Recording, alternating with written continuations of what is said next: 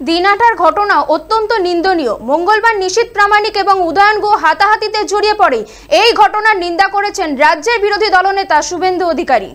দিনহাটার ঘটনা অত্যন্ত নিন্দনীয়।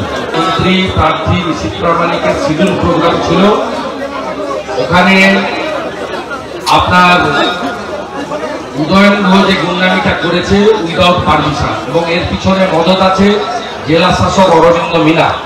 তিনি প্রত্যেকটা ভিডিওকে বলছেন সুবিধা পোর্টালে অ্যাপ্লাই না করলেও তৃণমূলকে স্পেশাল ফেভার করতে হবে। আর একটা এসপি ওখানে আছে, ওই এসপি ধৃতিমান নাকি নাম, ওই এসপি এখানে অ্যাডিশনাল এসপি থাকার সময় লালবাগে এনামুলের সঙ্গে গরু পাচারে যুক্ত ছিল। ওই এসপি ওখানে গিয়ে এগুলো করছে, এবং উদয়ন গুহ একটা স্ট্যাম্প গুন্ডা সবাই জানে। উদয়ন গুহর নাম 2021 সালে পোস্ট পোল ভায়োলেন্সের পরে জাতীয় মানবাধিকার কমিশন হাইকোর্টে যে 19 জন গুন্ডার নাম বলেছিলেন তার মধ্যে উদয়ন গুহ ছিল।